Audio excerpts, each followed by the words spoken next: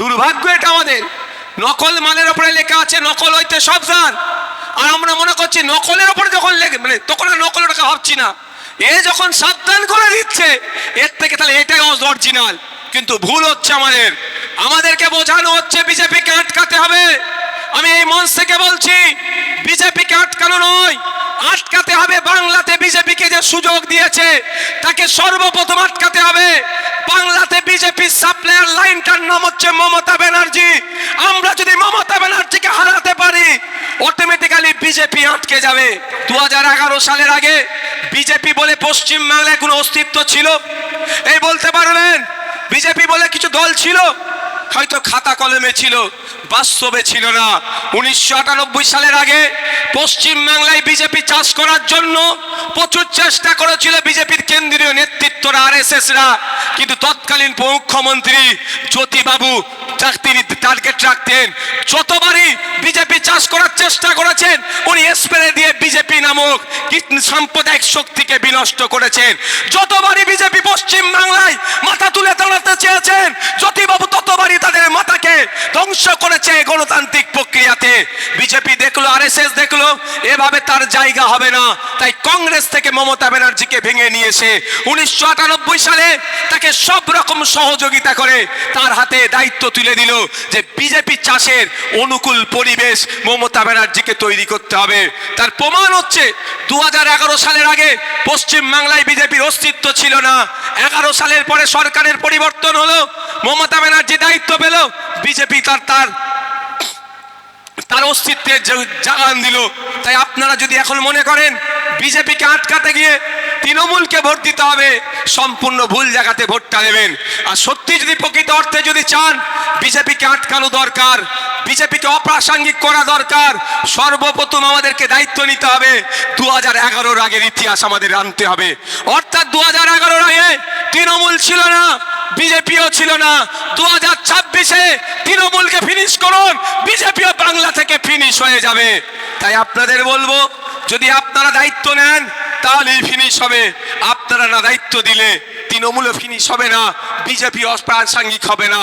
তাই বন্ধুগণ 2021-এ যখন স্রোতের পক্ষে সবাই গা ভাসিয়ে দিয়েছিল, ভাঙর কিন্তু গা ভাসায়নি। ভাঙর স্রোতের বিপক্ষে দাঁড়িয়ে আমাকে 26,000+ লিড দিয়ে বিধানসভায় পাঠিয়ে আজকে প্রমাণ করে দিয়েছিল যে ভাঙরের যেটা ভাঙর প্রমাণ করেছিল যে বিজেপি তৃণমূলের কোনো বাইনারিটা সত্যিকারের নয়, বাইনারি কিন্তু প্রকৃত তারা দুজনে একে অপরের শত্রু নয়, তারা একে অপরের মিত্র।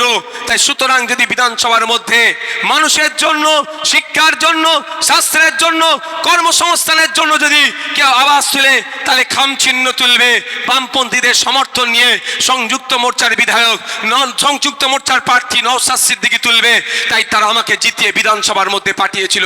আপনাদের বলবো যদি মনে হয় আগামী 5 বছর একটু শান্তির সাথে থাকবো, আগামী 5 বছর আমার রুজি রুটি একটু যাতে বাড়ে, আগামী 5 বছর বাংলার ঐতিহ্য এই রবি ঠাকুরের বাংলা, কাজী নজরুলের বাংলা, সম্প্রীতি ঐক্যের বাংলায় যদি আমরা সম্প্রীতির সাথে থাকবো, কে হিন্দু কে মুসলমান এই ভেদাভেদ নয়, আমরা মানুষ, আমরা ভারতীয়, এটাই যদি পরিচয় নিয়ে আগামী 5 বছর থাকতে চাই এবং সাথে সাথে স্কুলের টিচার, হসপিটালের ডক্টর, আপনার এখানে সরকারি কর্মচারীদের কেন্দ্রীয় সমাহারে দিয়ে সমকাজের সমবেতন থেকে শুরু করে যারা সিভিক ভলেন্টিয়ার আছে এবং নার্সিং পাস করার পরও যারা চাকরি পাচ্ছে না, উচ্চ শিক্ষায় শিক্ষিত হয়ে বাড়িতে বসে আছে, যারা চাকরি পাচ্ছেন না তাদের নিয়মিত এসএসসি এমএসসির মাধ্যমে নিয়োগ হবে, তবে একটা সুন্দর সকাল পাবো যেই সকালে আপনি আপনার ডেমোক্রেটিক রাইট সহজে এক্সারসাইজ করতে পারবো। যদি এই ধরনের একটা সমাজ ব্যবস্থা চান তাহলে নিশ্চিতভাবে আমি আপনাদের বলে যেতে পারি যেখানে যেখানে খাম চিহ্ন আছে খাম চিহ্নকে ভোট দেবেন, এবং যেখানে যেখানে লাল ঝান্ডার, যেখানে সিংহ আছে, কাস্তাতুরি তারা আছে, যেখানে কোদাল বেলচা চিহ্ন আছে, যেখানে আপনার লাল ঝান্ডার উপরে 3টে স্টার চিহ্ন আছে, তাদেরকে ভোট দিয়ে ব্যাপক ভোটে জিতিয়ে বিধানসভার মধ্যে পাঠান, তাহলেই আপনার অধিকার ফিরে আসবে। যদি মনে করেন আপনার বিপদে আপদে, আপনার সুখে আপনার পাশে দাঁড়াবে, আপনার পা হয়ে লড়াই করবে, তাহলে আমি আপনাকে বলে যাব, কুলপি বিধানসভা থেকে আব্দুল মালিক মোল্লাকে পাঠান, রায়দিঘি বিধানসভা থেকে সাম্য গাঙ্গুলি মহাশয়কে পাঠান, পাথর প্রতিভা বিধানসভা থেকে সত্যরঞ্জন দাসকে পাঠান এবং কাকদ্বীপ বিধানসভা থেকে নারায়ণ দাস মহাশয়কে পাঠান, আপনাদের হয়ে বুক চিতিয়ে লড়াই করবে। আপনাদের একটা কথা বলি, এসআইআর এখন একটা গুরুত্বপূর্ণ বিষয় চলছে। দেখুন, রাজ্য সরকারের যিনি প্রধান ছিলেন তিনি বলেছিলেন যে আমার লাশের ওপর এসআইআর হবে, কিন্তু আজকে তাকে আমরা এসআইআর নেওয়ার কথা বলতে শুনছি না, বরঞ্চ এসআইআর কে সামনে রেখে ভয় দেখিয়ে ভোট নিতে চাইছে। কিন্তু আপনাদের জানিয়ে রাখি, 68,938/2025 আমার কেস নাম্বার, সুপ্রিম কোর্টে মামলা চলছে। মমতা ব্যানার্জি যখন এখানে এসআইআর নিয়ে নাটক করছিল তখন আমি দিল্লি গিয়ে সুপ্রিম কোর্টে মামলা করেছি।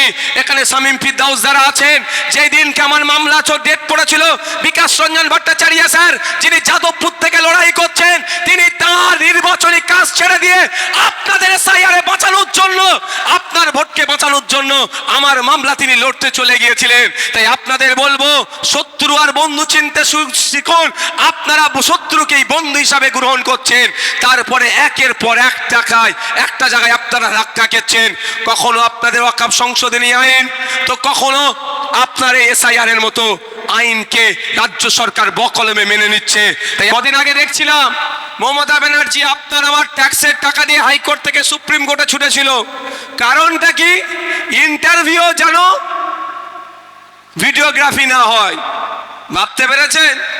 স্বচ্ছতার গোডাউন বলে দাবি করে নিজেদেরকে, সততার প্রতীক বলে দাবি করে, কিন্তু ইন্টারভিউয়ের যেন এটা ভিডিওগ্রাফি না করা হয় তার জন্য সুপ্রিম কোর্টে পর্যন্ত ছুটছে। আর এদিকে খামচিহ্ন বামপন্থীরা কি বলছে শুনে রাখুন, শুধু ভিডিওগ্রাফি নয়, আপনার ছেলে 330 টাকা 550 টাকায় ফর্ম ফিল আপ করে চাকরির পরীক্ষায় বসবে। ওএমআর পরীক্ষায় যে বসবে, পরীক্ষা দেওয়ার সাথে সাথে ওএমআর শিটের একটা কপি বাড়িতে নিয়ে আসবে। শুধু বাড়িতে নিজের কপি নয়, যতজন পরীক্ষা দেবে 10 লাখ 15 লাখ 20 লাখ যাই হোক না কেন, প্রত্যেকের ওএমআর শিটের স্ক্যান করে কপি আমরা ইন্টারনেটে আপলোড করে দেবো। পৃথিবীর যে কোনো প্রান্ত থেকে যদি দেখতে চায় কে কেমন প্রশ্ন করেছে, কে প্রশ্নের কেমন উত্তর দিয়েছে, যে কেউ দেখতে পারবে। অর্থাৎ সেখানে কোনো দুর্নীতি থাকবে না। শুধু তাই নয়, ওরা ইন্টারভিউয়ের ভিডিওগ্রাফি না করতে হয় সেই জন্য সুপ্রিম কোর্টে গিয়েছে। আর আমরা এখান থেকে ঘোষণা দিচ্ছি, প্রত্যেকটা ইন্টারভিউ আমরা ভিডিওগ্রাফি করে রাখবো। যদি কেউ মনে করে যে তার সাথে চাকরির ক্ষেত্রে বৈষম্য হয়েছে, সে চ্যালেঞ্জ করতে পারে। আমাদের সরকার আসলে আমরা তাকে ভিডিওগ্রাফিটা দিয়ে দেবো। প্রয়োজনে সে দেখার পরে কোর্টেও যে মামলা করতে পারবে। এই স্বচ্ছতা আমরা রাখবো।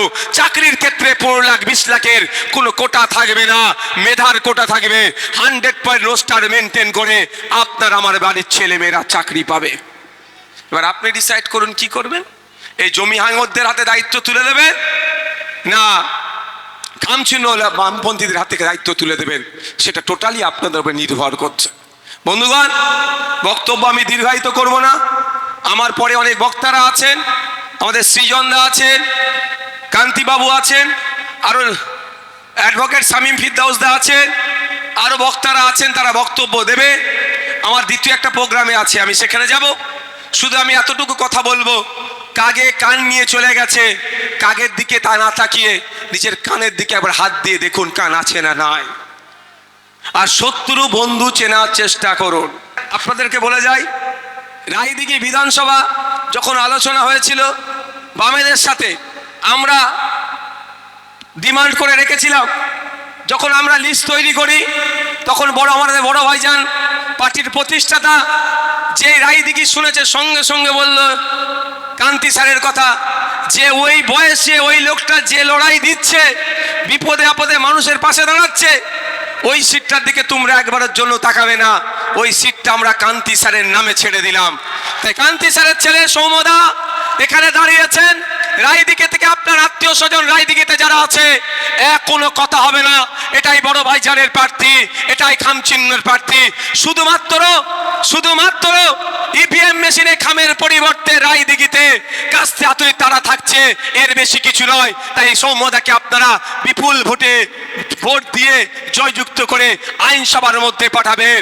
কথা আছে না, বাপকা বেটা, সরি সাম্য গাঙ্গুলি মহাশয়কে বাপকা বেটা, কি কথা আছে না, বাপ কা বেটা সিপাही का ঘোড়া जो भी होगा, বুঝতে পারছেন তো? আমি নিজে যেয়ে দেখেছি।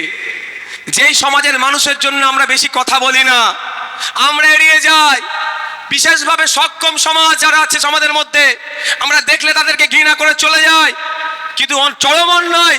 কিন্তু সেই সমাজের মানুষের অধিকার নিয়ে সব থেকে বেশি যদি পশ্চিম বাংলায় যে আওয়াজ তোলে, সেই লোকটার নাম হচ্ছে কান্তি গাঙ্গুলি মহাশয়। তাই আমি আপনাদের বলবো, সাথে সাথে তার ছেলেওকে আমি গিয়েছি, তাদের প্রতিষ্ঠানে আমি গিয়েছি, বিশ্বাস করুন আমি সত্যি সেখানে গিয়ে আমি আবেগময় হয়ে গিয়েছিলাম, আপ্লুত হয়ে গিয়েছিলাম যে কি কাজ করছেন এনারা। আমরা তো পালিয়ে যাই, বিশেষভাবে সক্ষম ছেলে দেখলে আমরা, ছেলে মেয়ে থাকলে আমরা পালিয়ে যাই, কিন্তু ইনারা পালায়নি। তাদেরকে তুলে নিয়ে এসে মেন স্ট্রিমে রেখে পড়াশোনা করিয়ে সমাজের মূল স্তরে রেখে তারা কোটাই চাকরি নয়, যোগ্যতাতে চাকরি পাবে তার ব্যবস্থা এনারা করে দিচ্ছে। সুতরাং এই ধরনের মানুষকে আমাদের জনপ্রতিনিধি করে বিধানসভার মধ্যে যদি পাঠায় আমাদের লাভ হবে। কারণ হচ্ছে আপনাদের বলি, আমি আমি বিধানসভার মধ্যে মাননীয় মন্ত্রী মহাশয়কে প্রশ্ন করেছিলাম 2024-এর নিরিখে পশ্চিম বাংলায় বিশেষভাবে সক্ষম মানুষজনের সংখ্যা কত। যিনি মন্ত্রী মহাশয় ছিলেন আমাকে উত্তর দিতে পারেননি, 2011-র ডেটা দিচ্ছেন। তাহলে বলুন কাকে আমরা মন্ত্রী করে রেখেছি? তার জায়গায় যদি আমরা এই ধরনের প্রতিনিধিকে, মানুষজনদেরকে বিধানসভার মধ্যে পাঠাই, তারা আমাদের সমাজ, আমাদের বাড়ির ছেলেমেয়েরা যারা বিশেষভাবে সক্ষম আছে, যারা মূল স্রোতে আসতে চাইছে, তাদের হয়ে তারা কথা বলবেন, আওয়াজ তুলবেন। এখানে উপস্থিত আছেন আব্দুল মালিক মোল্লা সাহেব, আপনারা জানেন আমাদের পার্টির জেলা প্রেসিডেন্ট, আপনাদের কাছের মানুষ, আপনাদের ডাকলেই আপনারা পান। আমি আপনাদের বলবো বড় ভাইজানের প্রতিনিধি হিসাবে কুলপিতে আপনাদের কাছে বড় ভাইজান তুলে দিয়েছে আব্দুল মালিক মোল্লা। তাই আপনাদের বলবো আব্দুল মালিক মোল্লাকে খাম চিহ্নে ভোট দিয়ে বিধানসভার মধ্যে পাঠাবেন। শিক্ষা, স্বাস্থ্য, কর্মসংস্থানের যে দাবি আমরা বিধানসভার বাইরে করছি, বিধানসভার অন্তরে তাহলে আমরা একসাথে করতে পারবো। তবে একটা কথা বলি, ভাঙড় পথ দেখিয়েছে, আমি আপনাদেরকে বলি দিকে দিকে একটাই আওয়াজ হচ্ছে, দ্বিতীয় ভাঙড় তৈরি হবে, তাই তো নাকি? তারা তৈরি করতে প্রস্তুত, হাত তুলুন তো। দ্বিতীয় ভাঙড় তৈরি করতে প্রস্তুত কারা? হাত তুলুন, হাতটা তুলে রাখুন। দ্বিতীয় ভাঙড় হবে তো? দূরে যারা আছেন, দ্বিতীয় ভাঙড় হবে তো নাকি? রায়দিকে থেকে দ্বিতীয় ভাঙড় হবে, কুলপি থেকে দ্বিতীয় ভাঙড় হবে, কাকদ্বীপ থেকে দ্বিতীয় ভাঙড় হবে, পাথর প্রতিমা থেকে দ্বিতীয় ভাঙড় হবে। আমরা মানুষ, জনগণের জনপ্রতিনিধি পাঠাবো ভাঙড়ের মতো। তার এই প্রস্তুত আছেন তো নাকি? ইনকিলাব, ইনকিলাব, বাম আইসে বৈক্য, ইনকিলাব। বিজেপিকে আটকানো তৃণমূলকে দিয়ে যায় না। যে বিজেপির গর্ভে যার জন্ম, সে তৃণমূল বিজেপিকে আটকাতে পারে না। বিজেপিকে আটকাতে পারবে বামপন্থীরা, বিজেপিকে আটকাতে পারবে সৃজনদারা, বিজেপিকে আটকাতে পারবে কমলেশ বাবুরা, বিজেপিকে আটকাতে পারবে কান্তি বাবুরা, বিজেপিকে আটকাতে পারবে নওশাদ সিদ্দিকীরা। জীবন দিয়ে হলো বিজেপিকে আমরা আটকাবো, কোনো সেটিং সেখানে হবে না। তাহলে ও যা বলে গেল, বড় ফুলটাকে ভ্যানিশ